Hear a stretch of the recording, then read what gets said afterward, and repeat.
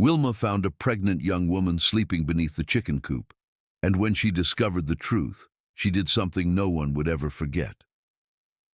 Late that afternoon, heavy rain came down over Miss Jandira's little farm out in rural Alabama, the kind of storm that turns the yard into mud, makes the tin roof sing, and leaves your heart feeling uneasy for no clear reason. Anyone who has ever lived in the country knows the feeling. When the night comes in soaking wet like that, it feels like the whole world shrinks down until all that is left is the warm yellow glow of the kitchen, the smell of fresh coffee, and a silence that speaks straight to the soul. Stay with me until the end of this story, because what this woman did that night was not just courage. It was the kind of thing people never forget.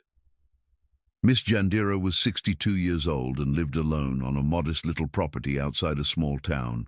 Ever since she became a widow, she had learned how to live with a deep emptiness inside that house. The radio played softly just to keep the silence away. The wood stove stayed warm through the night, and the chickens out back were almost her only steady company. That evening, she did what she always did: heated water, brewed strong coffee, toasted day-old bread on the stove, and sat at the kitchen table thinking about her mother, her grandmother, her childhood, and those old days when there was always someone older around to say everything was going to be okay. But that night, it was not okay.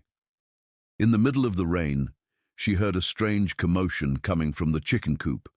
It was not ordinary clucking, it was panic, wings flapping, wood snapping, and something low dragging through the mud. Miss Jandira lifted her head immediately. A country woman knows when trouble announces itself. She grabbed her flashlight, pulled on a heavy sweater, slipped into her boots, and stepped into the dark with the wind slapping her face and the hem of her dress soaking in the sideways rain. When she reached the coop, she saw the little gate half open. That alone sent a chill through her. But the worst came when the flashlight beam dropped to the ground and caught what looked like a dark bundle stuck in the mud. It was not a bundle.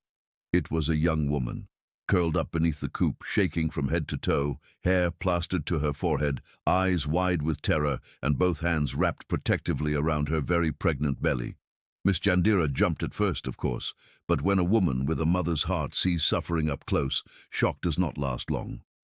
She crouched down right there in the mud and said softly, "Honey, come on out of there. You're going to freeze to death." The girl could barely answer. She was trembling too hard.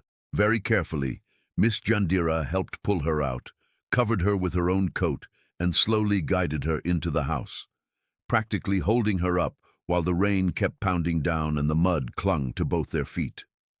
Inside the kitchen, beside the wood stove, the young woman finally said her name: Renata. She was in her early 20s, exhausted, pale, weak-voiced, and carrying a fear so deep it looked like it lived permanently behind her eyes. Miss Jandira gave her dry clothes, warm milk, bread with butter, and that kind of care that does not ask too many questions right away. Some pain has to warm up in the body before it can come out through the mouth. Then something happened that changed everything. When Renata went to change clothes, a wet folded note slipped from her pocket.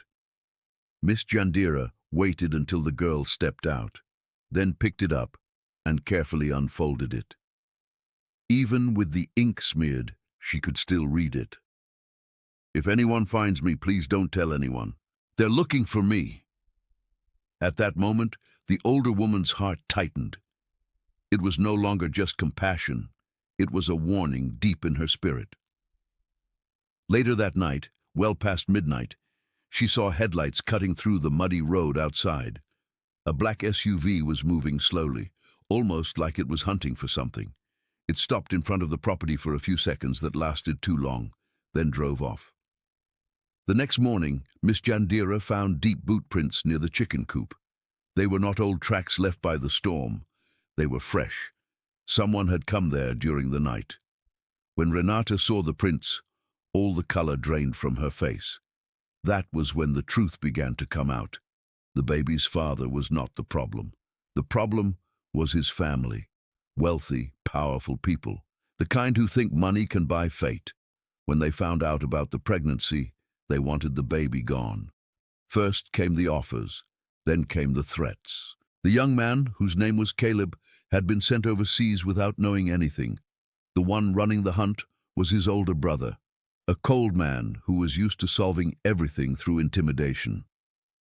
Miss Jandira listened in silence, her eyes drifting toward the girl's belly as an old wound reopened inside her.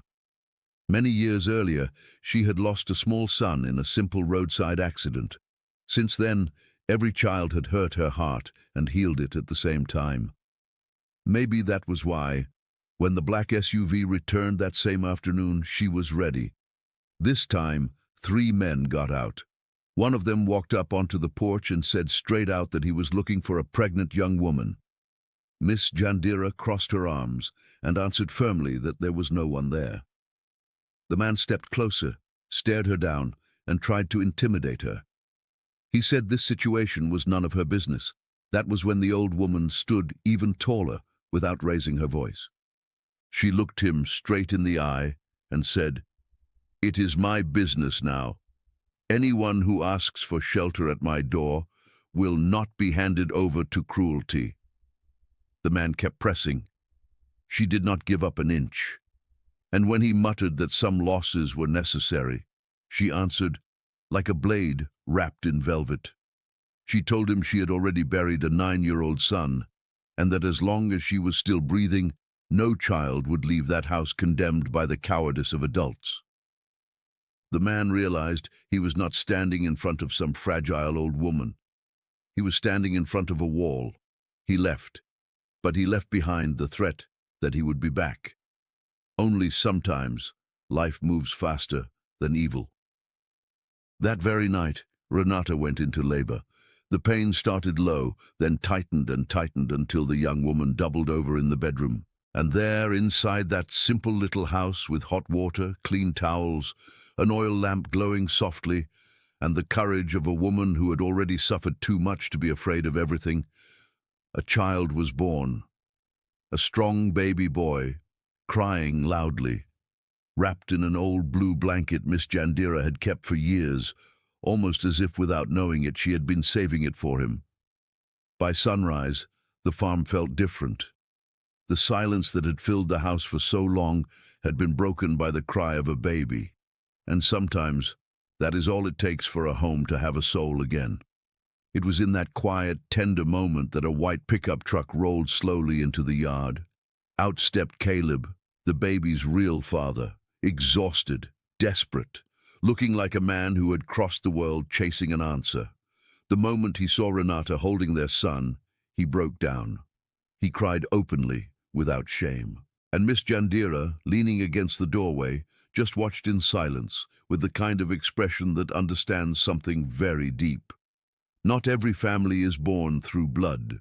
Sometimes family is born through shelter, courage, and the decision to protect someone even when the whole world tells you to step aside.